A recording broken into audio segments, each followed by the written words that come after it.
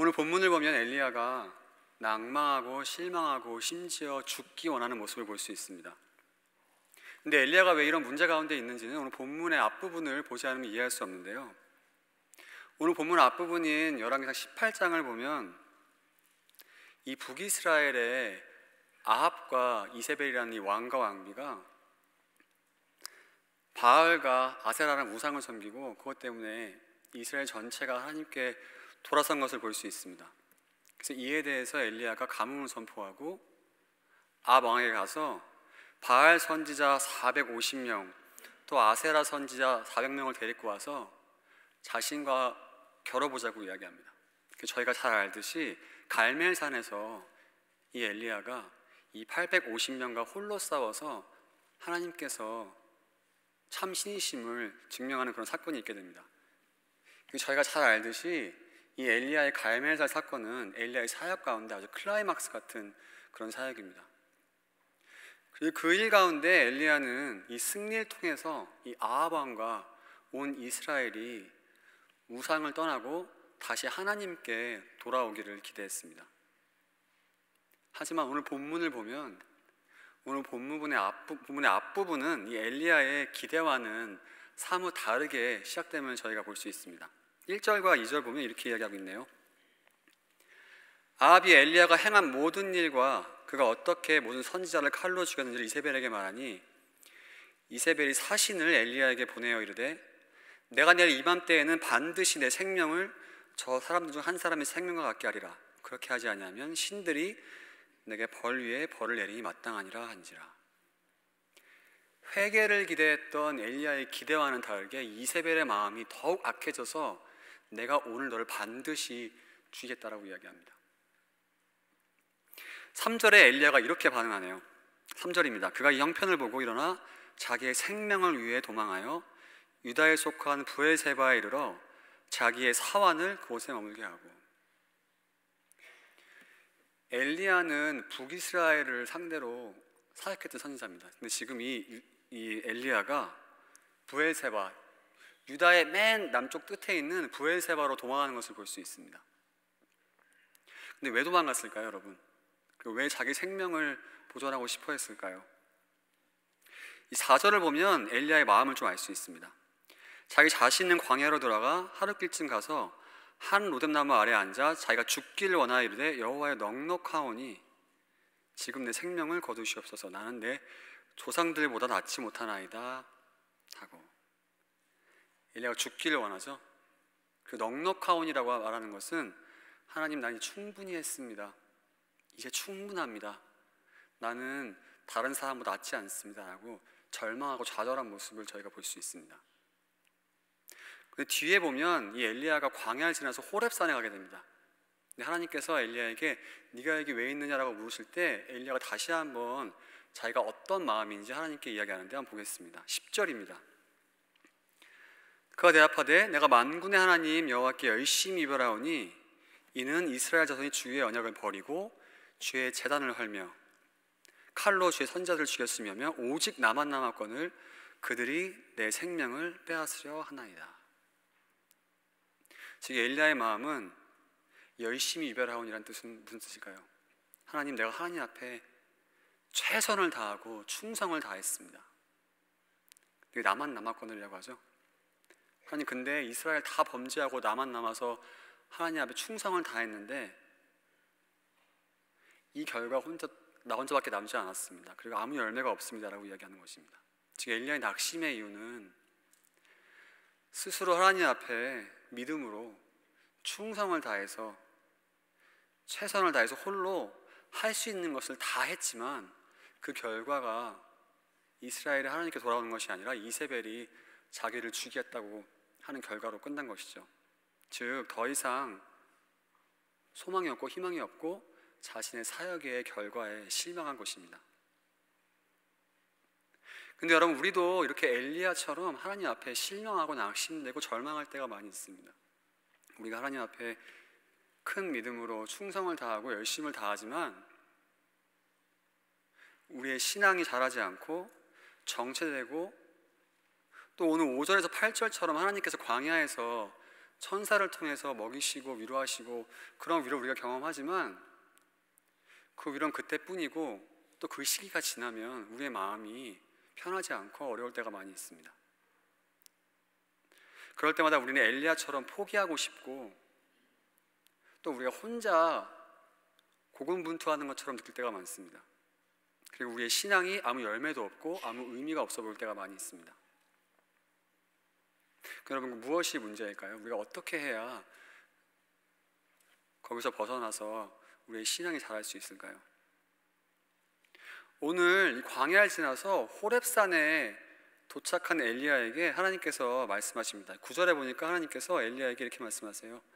엘리야야, 내가 어찌 여기 있느냐라고 물으십니다.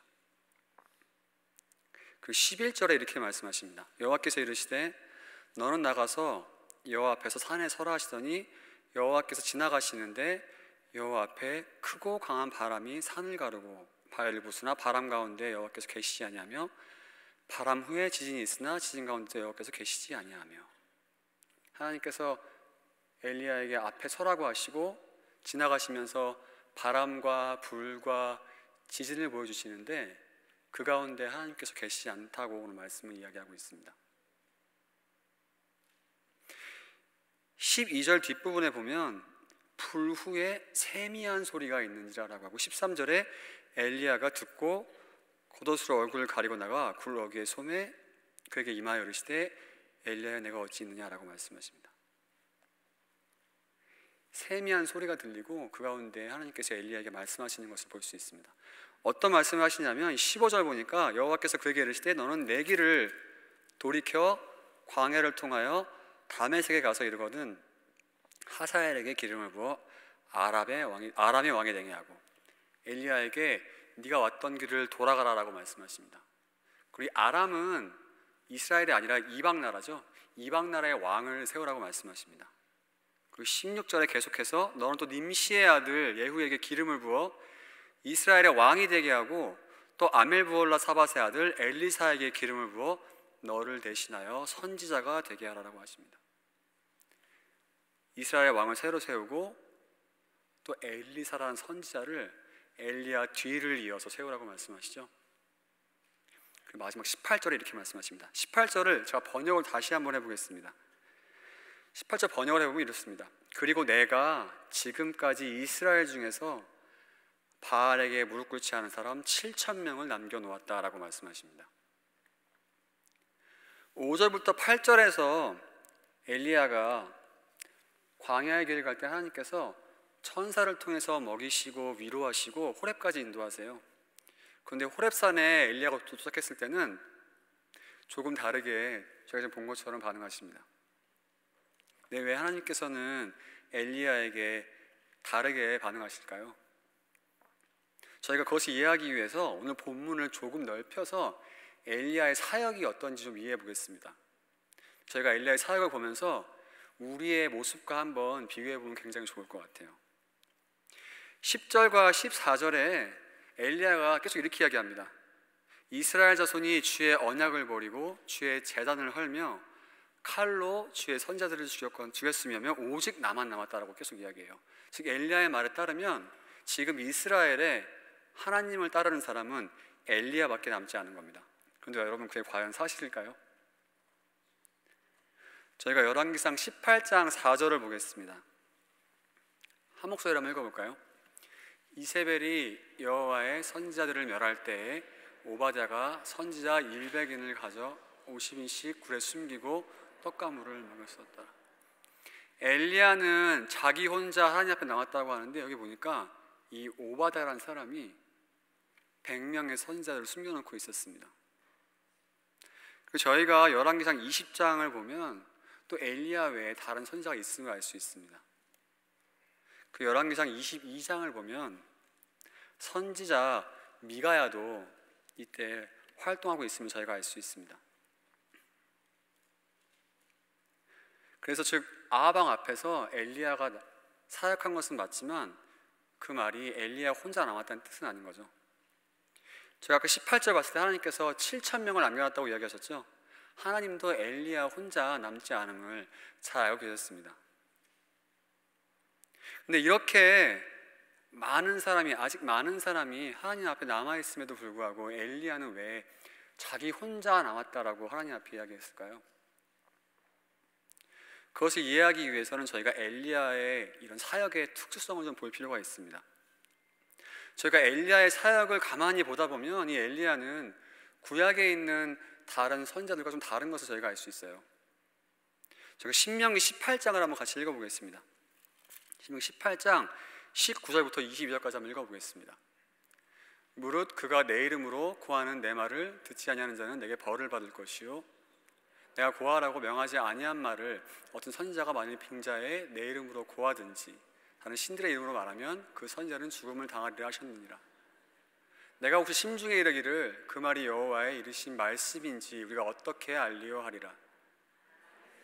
있어서 여호와의 이름으로 말한 일에 증언도 없고 성취함도 없으면 이는 여호와의 말씀하신 것이 아니요 그 선지자가 방자히 말한 말이니 너는 그를 두려워 말지니라.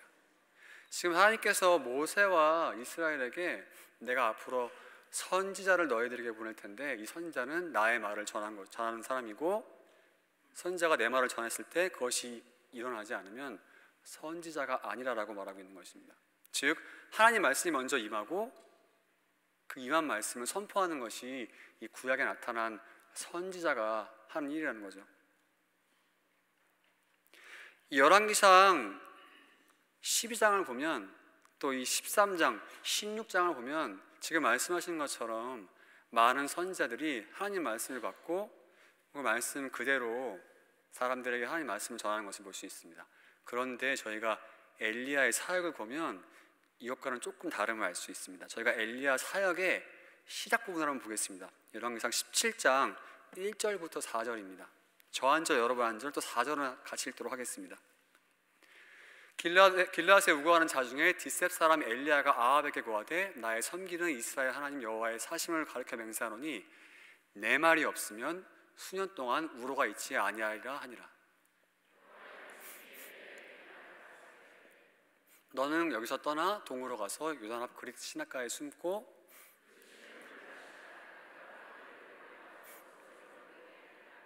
뭔가 반대로 됐죠. 원래 하나님 말씀이 임하고 그 말씀을 선포해야 되는데 엘리야는 먼저 믿음으로 내 말이 없으면 가뭄이 오지 않을 거다라고 선포했을 때 그 뒤에 하나님 말씀이 임하는 것을 저희가 볼 수 있습니다. 즉 엘리야가 믿음으로 하나님 말씀을 선포했을 때 하나님께서 그것에 응답하심을 저희가 볼 수 있습니다. 열왕기상 18장을 보면 이제 하나님께서 가뭄을 끝내시고 엘리야에게 이렇게 말씀하세요. 18장 1절입니다. 많은 날이 지나고 제3년에 여호와의 말씀이 엘리야에게 임하여 이르시되 너는 가서 아합에게 보이라. 내가 비를 지면에 내리리라. 이제 하나님께서 아합에게 보이면 내가 비를 내리겠다라고 말씀하십니다. 그런데 엘리야는 어떻게 할까요?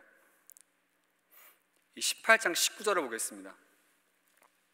그런즉 보내어 온 이스라엘과 이세벨의 상에서 먹는 바알의 선지자 450명과 아세라의 선지자 400인을 갈멜산으로 모아 내게로 나오게 하소서. 하나님은 아합 왕에게 보이면 비를 내리겠다고 하시는데 엘리야는 가서 보이는데 끝나는 것이 아니라 아합 왕에게 바알과 아세라의 선지자들을 데리고 나오라고 합니다. 그리고 이들과 싸워요. 그래서 하나님께 불을 내려달라고 기도해서 하나님께 참 신이심을 이스라엘 앞에 증명합니다. 18장 40절 한번 보겠습니다. 거기서 멈추는 것이 아니라 엘리야가 저에게 이르되 바알의 선자를 잡되 하나도 도망하지 못하게 하라.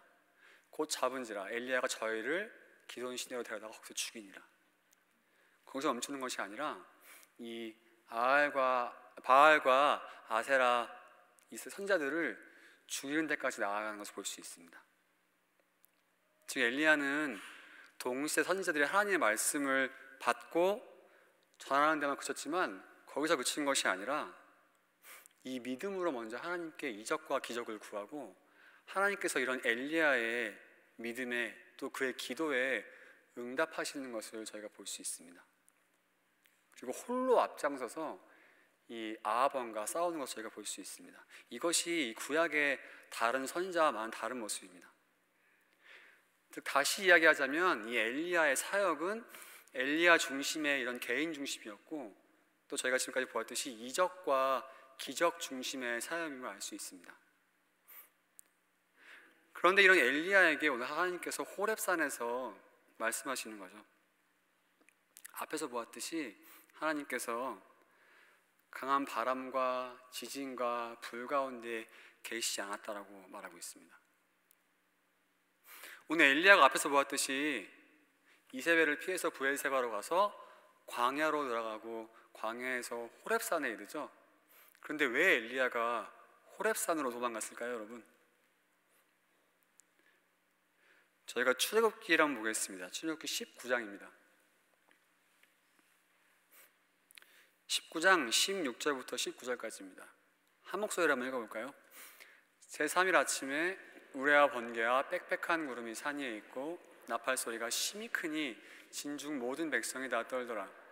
모세가 하나님을 맞으려고 백성을 거느리고 진에서 나오매 그들이 산기슭에 섰더니 시내산에 연기가 자욱하니 여호와께서 불 가운데서 거의 강림하십니다.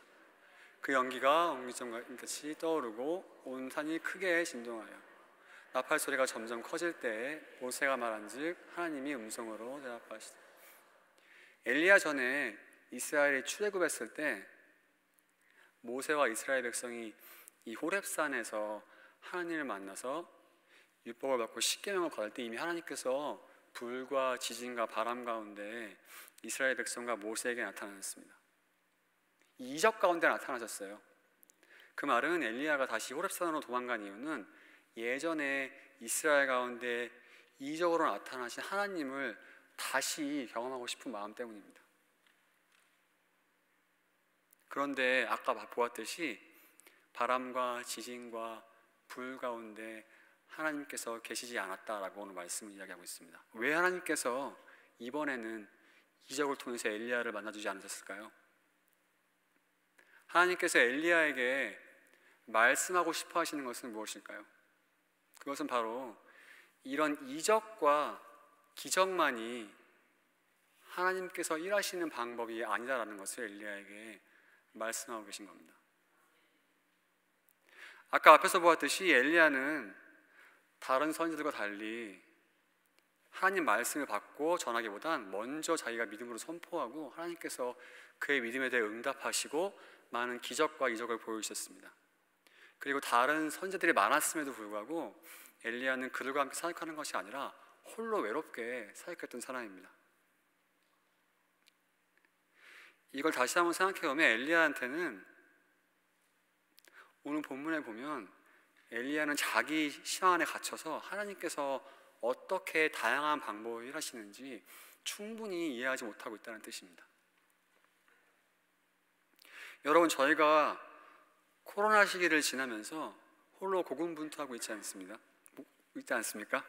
그리고 저희가 동시에 엘리야처럼 굉장히 낭망하고 홀로 하나님 앞에 예배하고 나아가려고 노력하지만 쉽지 않고 낭망할 때가 많이 있습니다.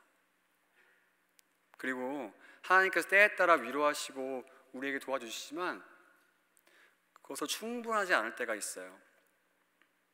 그럴 때 여러분, 우리 안에 오늘 말씀의 엘리야 같은 모습이 우리 안에 있나 생각해 보셔야 합니다. 특히 엘리야의 그런 개인 중심적인 이적과 기적만 쫓는 신앙의 모습이 우리 안에 있지 않나 여러분 곰곰이 한번 생각해 보셔야 합니다. 엘리야는 앞에서 보았듯이 하나님의 많은 사람이 있었음에도 불구하고 혼자 사역할 수밖에 없던 사람이었습니다. 혼자 할 줄만 아는 사람이었어요. 근데 그런 모습, 그런 개인 중심의 신앙의 모습이 우리 안에 있지 않나 여러분 곰곰이 한번 생각해 보셔야 합니다. 예를 한번 들어볼까요, 여러분? 우리 코로나 시기를 지나면서 홀로 온라인으로 예배드리고 또 주일에 나와서 예배드리지만 이 예배가 끝나면 난 이것도 충분하다라고 생각하고 각자 돌아가서 난 내 할 일을 다 했다라고 생각하는 그런 마음가짐이 우리 안에 있음을 합니다. 온라인으로 예배만 드리면, 주일 예배만 드리면 나는 하나님 앞에 잘하고 있다라고 생각할 때가 있어요. 성도 안에 교제가 없고 공동체에 속함이 없는데 나는 예배 시간만 잘 지켰다라고 만족하는 마음들이 있습니다. 그런데 이런 모습에 대해서 성경은 어떻게 이야기할까요? 저희 사도행전 2장 42절 말씀 한번 보겠습니다. 한 목소리로 한번 읽어볼까요? 저희가 사도의 가르침을 받아 서로 교제하며 떡을 떼며 기도하기를 전혀 힘씁니다. 저희가 잘 알듯이 초대교회의 모습이죠. 같이 모여 말씀을 듣고 서로 교제하고 떡을 떼고 기도하기 힘썼다라고 이야기합니다. 사람들이 예수님을 믿고 혼자 예배 잘 드리고 각자 있는 곳에 돌아가서 잘 예배하고 끝났다라고 이야기하지 않습니다. 에베소서 4장 16절 말씀 한번 보겠습니다. 같이 읽어볼까요? 그에게서 온몸이 각 마디를 통하여 도움을 입음으로 연락하고 상합하여 각 지체의 분량대로 역사하여 그 몸을 자라게 하며 사랑 안에서 스스로 세우느니라. 그 몸은 교회를 이야기하는데요, 우리가 서로 몸처럼 연결돼서 각자 연락하고 상합해서 같이 사랑 안에 자라게 한다고 이야기하고 있습니다. 근데 여러분, 우리가 홀로 집에서 예배드리고 예배 땡 끝나면 집에 가서 각자 알아서 생활하는데 어떻게 연결되고 교제할 수 있습니까? 또 어떻게 자라갈 수 있나요? 성경은 신앙이 개인적인 면에만 있다고 얘기하지 않습니다. 분명히 공동체적인 면을 우리에게 말씀하고 있는 거죠. 이런 모습이 우리 안에 있지 않나 여러분 곰곰이 한번 생각해 보셔야 합니다. 그리고 오늘 말씀 본 것처럼 이 엘리야가 하나님 말씀보다 먼저 하나님께서 선포하고 이적과 기적을 찾는 신앙을 보여줬는데요, 우리 안에도 혹시 이런 모습들이 있지 않나 곰곰이 한번 생각해 보셔야 합니다. 다시 말하자면 우리가 매일 말씀을 통해서 하나님 말씀을 듣고 순종하려고 하기보단 내가 생각하는 그런 신앙의 공식이나 이렇게만 하나님을 알고 조종하고 만나라는 모습이 있지 않나 생각해 봐야 합니다. 예를 한번 들어볼까요, 여러분? 많은 분들이 찬양 좋아하시죠? 저희가 잘 알듯이 찬양 가사가 많은 찬양들이 이 성경에서 제가 가사 갖고 오면 저희가 알고 있습니다. 찬양을 들으면 마음이 움직이고 감동되죠, 그렇죠? 그런데 저희가 찬양을 열심히 듣고 하나님 앞에 정말 감사하게 예배를 드리지만 그 찬양의 가사가 온 이 말씀은 스스로 보기 싫어할 때가 너무나 많습니다. 그럼 어떻습니까, 여러분? 우리는 찬양의 가사만큼만 하나님을 알지 못하는 거예요. 그런 모습이 혹시 우리 안에 있지 않습니까? 지금은 클릭 한 번만 하면 여러분 유튜브에서 아주 유명한 목사님들 설교를 들을 수 있습니다. 우리가 그분들 설교를 들으면 어떻습니까, 여러분? 막 마음이 감동되고 이렇게 해야겠다, 이렇게 살아야겠다 막 생각이 들죠. 지금 저도 마찬가지고 많은 목사님들이 여러분들에게 하나님 말씀을 설명해주고 있습니다. 그런데 우리는 누가 얘기해주는 하나님 말씀을 너무 좋아하고 마음이 감동되지만 스스로 말씀을 펴서 하나님 말씀을 보는 데에는 많은 시간을 투자하지 않습니다. 왜 그런지 아세요? 누가 설명해주고 할 때는 마음이 감동되고 막 움직이지만 우리가 스스로 시간을 들여서 하나님 말씀을 대할 때는 그것이 오늘 엘리야에게 하나님께서 세미한 음성 가운데 말씀하신 것처럼 그렇게 세미해 보이기 때문입니다. 다른 사람이 풀어주고 찬양을 듣고 마음이 움직일 땐 이것이 불 같고 바람 같고 지진같이 감정의 동요함이 있고 대단해 보이지만 직접 우리가 1대1로 하나님 말씀 앞에 섰을 때는 하나님 말씀이 별 볼 일 없는 거예요. 그런데 오늘 말씀은 어떻게 이야기합니까? 불과 바람과 지진 가운데 하나님이 있는 것이 아니라 그 세미한 소리 가운데 하나님이 있다라고 오늘 말씀은 이야기하고 있습니다.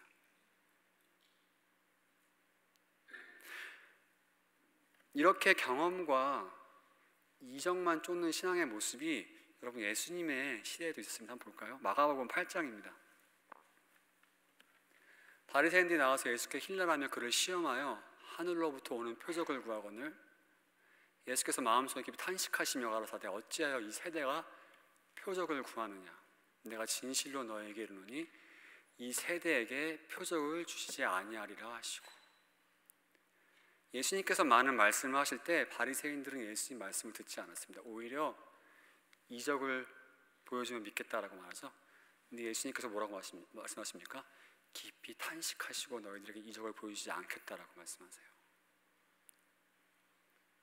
여러분, 우리 마음 가운데 이런 모습이 있지 않나 곰곰이 생각해 보셔야 합니다. 그럼 오늘 하나님께서는 엘리야에게 이런 계획 중심적인 이적과 기적만 쫓는 신앙의 모습을 어떻게 변화시키시기 원하실까요? 아까 12절에 세미한 소리 가운데 하나님께서 나타나셔서 말씀하셨다고 하죠. 그 하나님께서 이렇게 하라고 말씀하십니다.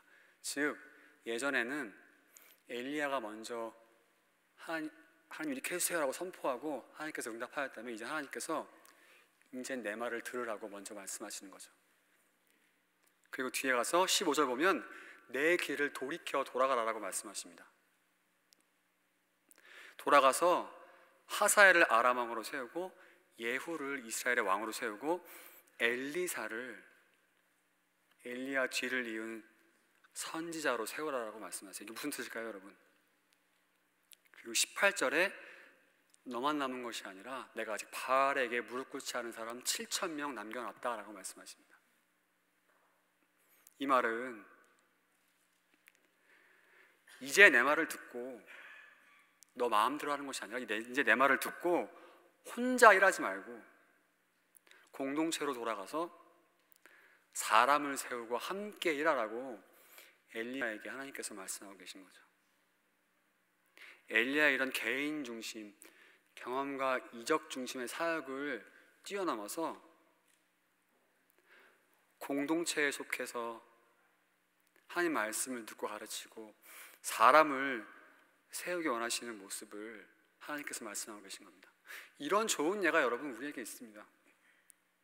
예수님이 이러시지 않았습니까, 여러분?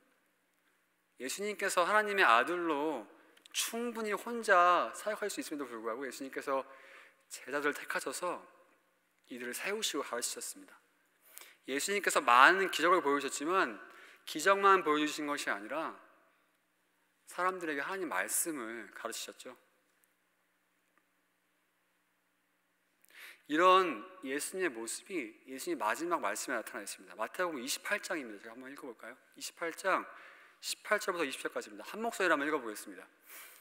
예수께서 나와 일러 가라사대 하늘과 땅의 모든 권세를 내게 주셨으니 그러면 너희는 가서 모든 족속으로 세례를 삼아 아버지와 아들과 성령의 이름으로 세례를 주고 내가 너희에게 분부한 모든 것을 가르쳐 지키게 하라.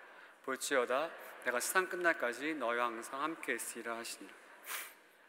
예수님께서 마지막으로 우리에게 자 이제 혼자 알아서 신앙생활 잘하고 열심히 해라고 말씀하시는 게 아니라 사람들을 세우고 내가 너희에게 명한 것을 지키게 하라, 가르쳐 지키게 하라고 말씀하십니다.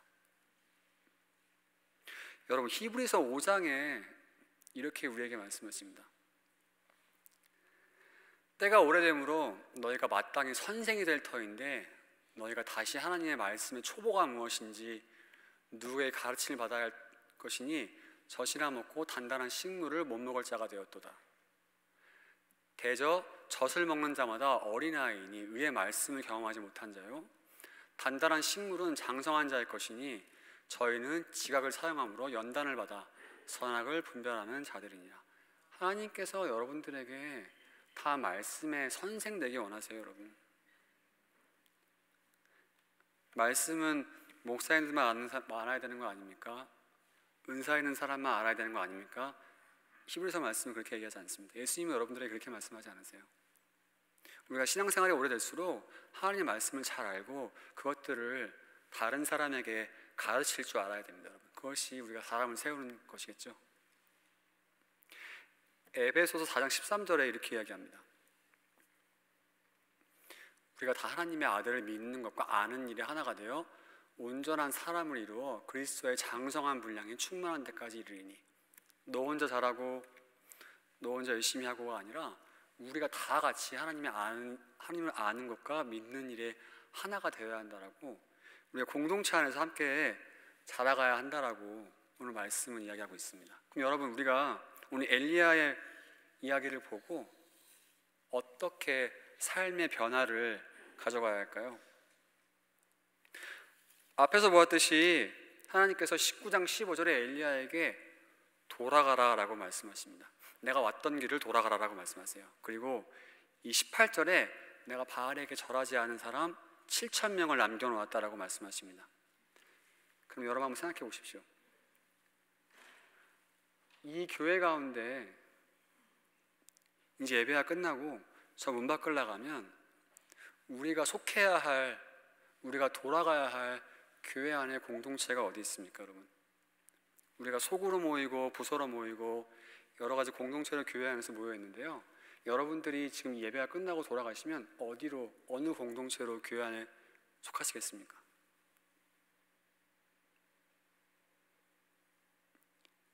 하나님께서 세미한 소리로 말씀하셨다고 오늘 말씀을 이야기하고 있죠.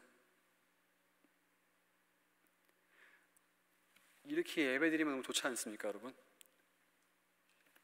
뜨겁게 찬양하고 같이 기도하고 마음이 감동이 오고 막 하나님의 임재를 경험할 때가 있어요. 근데 여러분 거기서만 끝나시면 오늘 여러분들 하나님께서 여러분들의 홀로 조용히 있을 때, 여러분들이 말씀을 폈을 때 하나님께서 여러분들에게 말씀하시는 세미한 소리를 듣지 못하는 것입니다. 여러분, 여기서만 만족하시는 것이 아니라 여러분들이 이 자리를 떠나서 직장으로, 여러분의 집으로 돌아가셨을 때 여러분들께서 스스로 말씀을 피시고 하나님의 그런 세미한 음성을 들을 때까지 자라갈 수 있어야 됩니다. 매일매일 하나님 말씀을 여러분들이 들으실 수 있어야 합니다.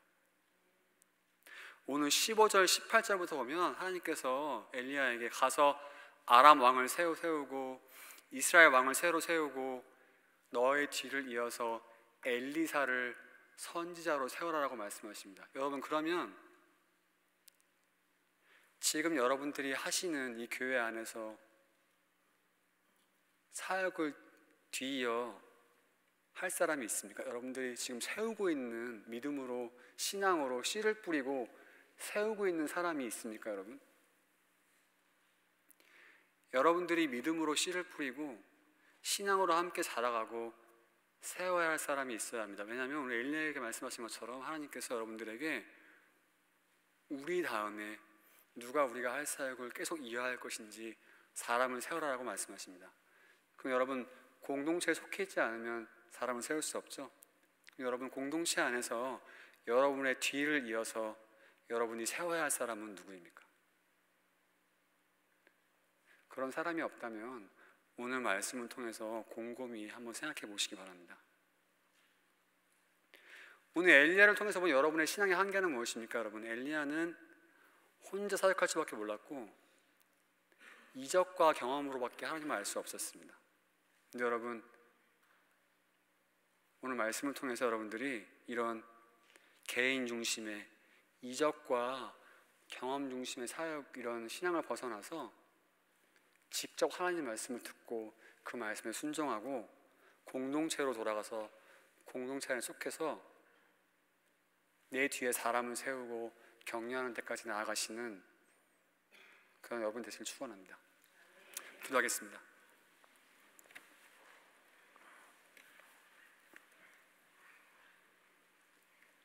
사랑의 하나님, 오늘 엘리야를 보면